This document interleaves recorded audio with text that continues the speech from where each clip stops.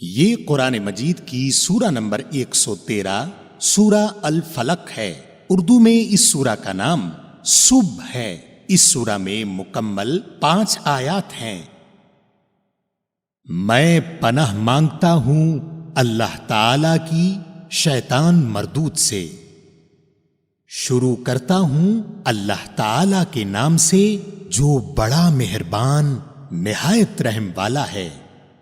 آپ کہہ دیجئے کہ میں صبح کے رب کی پناہ میں آتا ہوں، ہر اس چیز کے شر سے جو اس نے پیدا کی ہے، اور اندھیری رات کی تاریکی کے شر سے جب اس کا اندھیرا پھیل جائے، اور گرا لگا کر ان میں پھونکنے والیوں کے شر سے بھی، اور حسد کرنے والے کی برائی سے بھی جب وہ حسد کرے۔